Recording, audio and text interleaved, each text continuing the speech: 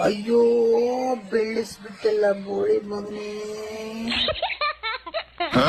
ಅಲ್ಲೇನಾರು ಆಯ್ತು ನೋಡು.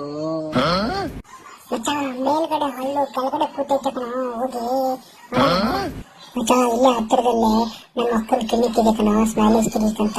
ಡಾಕ್ಟರ್ ಶಾಲೆ ಅವಳ ಹತ್ರ ರೆಡಿ ಮಾಡ್ಸೋಣ ಬಾರ. ನನ್ ಮಗನೇ ಎಲ್ಲ ನಿನ್ನಿಂದನೇ ಆಗಿದ್ದು. ಏನ್ ಮಾಡ್ಕೊಂಡೆ ಕ್ಯಾಟಿ? ಸೈಕಲ್ ಇಂದ ಇಬ್ರು ಬಿದ್ದ್ಬಿಟ್ವಿ ಮೇಡಮ್. ಸಲ್ಸಾ ಮೇಡಮ್, ಅವನ್ ಬಾಯ್ ನೋಡಿ ಎಮ್ಮಿ ಮುಕ್ಕುಳಿ ಆಗಿದೆ.